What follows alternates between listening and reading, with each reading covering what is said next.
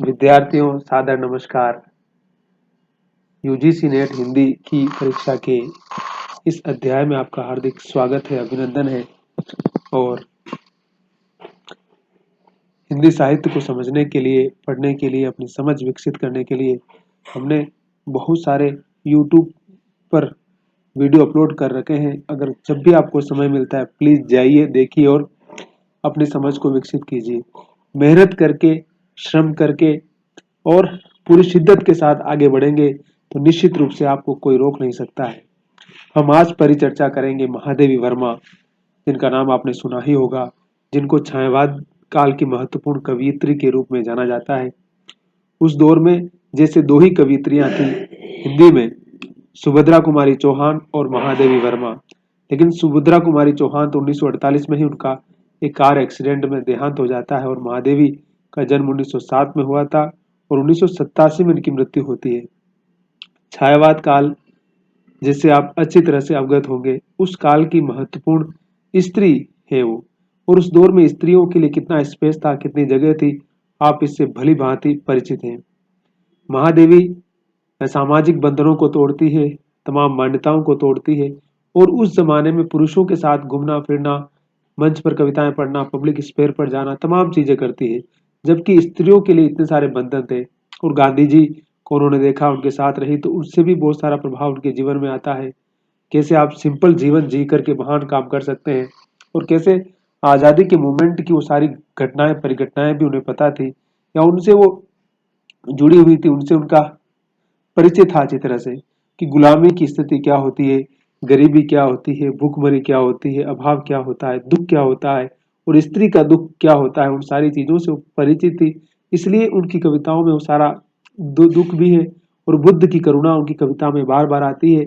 और प्रतिरोध या उसका निराकरण करना और उसके खिलाफ आवाज उठाने का जो स्वर है वह महादेवी की कविता में मिलता है।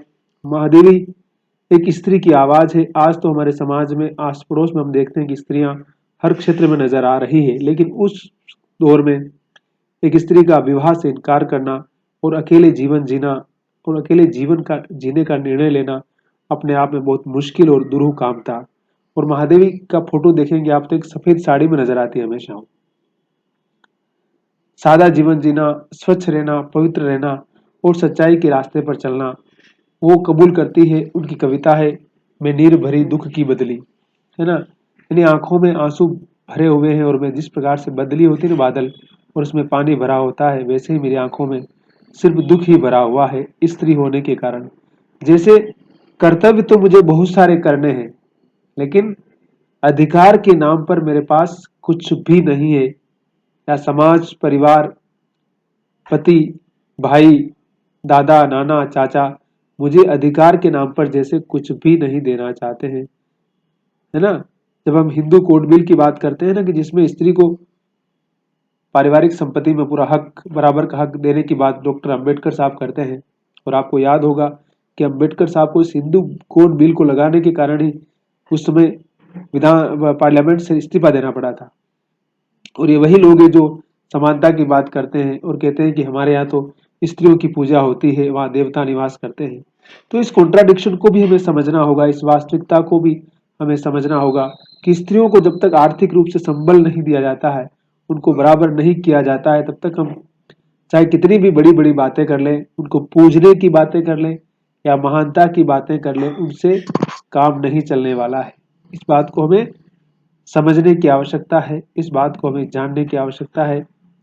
महादेवी बहुत महत्वपूर्ण लेखिका है और उनकी जो किताबें हैं, चाहे कविता हो, चाहे कहानियां हो, चाहे गद्य की पुस्तकें हो, श्रृंखला की जो कड़िया किताब है उनकी बहुत महत्वपूर्ण किताब है वो हम सभी को पढ़नी चाहिए। कि मतलब समाज में स्त्रियों की क्या दुर्दशा है भारतीय समाज में, उसको उस किताब में बड़े विस्तार से अलग अलग आलेखों में उन्होंने बड़ी संवेदनशीलता के साथ, बड़ी तार्किकता के साथ अभिव्यक्त किया है। तो महादेवी को पढ़ना मतलब भारतीय समाज को पढ़ना है। जैसे हम प्रेमचंद की बात करते हैं ना, वैसे ही महादेवी का जो वितान है बहुत विस्तृत है। उनका जीवन ही अपने आप में बहुत कुछ सिखा के चला जाता है हमें। इसलिए महादेवी को पढ़ना, समझना और जीवन में उतारना एक बहुत बड़े किसी बड़े संकल्प की तरह है। अब महादेवी क्या कहती है इस कविता में कि स्पंदन में चिर निस्पंदन बसा, क्रंदन में आहत विश्व हंसा, नयनों में दीपक से जलते, पलकों में निर्झरणी मचली। मेरा पग पग संगीत भरा, श्वासों में स्वप्न पराग जरा, नभ के नव रंग बूंदते दुकुल, छाया में मलय बयार बयार पली। मैं क्षितिज भ्रुकुटी पर गिर धुमिल,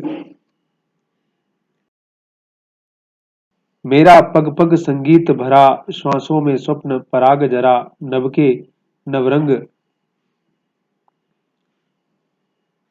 रंग बूनते दुकुल, छाया में मलय बयार पली।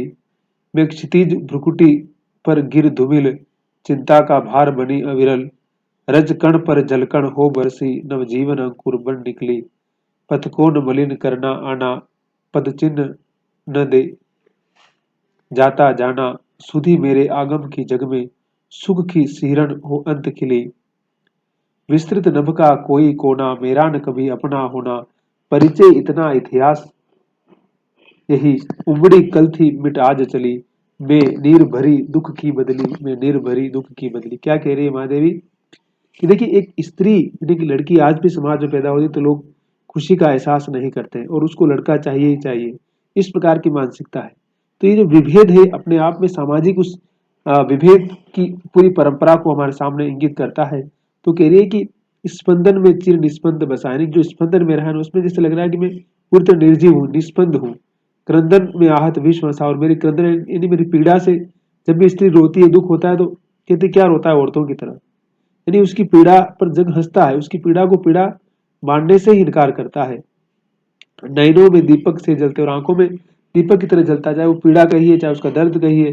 पलकों में निर्जरणी चलती, और आंखों में जैसे नदी की तरह, मतलब आंखें बहती रहती दुख निर्जरणी की तरह, झरने की तरह, है ना। मतलब इतना पीड़ा है उसका, दुख है ना, कि उसके दुख को जैसे कोई दुख मानने को तैयार ही नहीं है। और मेरा पग पग संगीत भरा, यानी कि मेरा कदम कदम पे संगीत है मेरे पास। श्वासों में स्वप्न पराग जरा, और मेरे श्वासों से जैसे मेरे पास न जाने कितने सपने हैं, उनका पराग झर रहा है, यानी कि कुछ करना चाहती हूँ जिंदगी में मैं।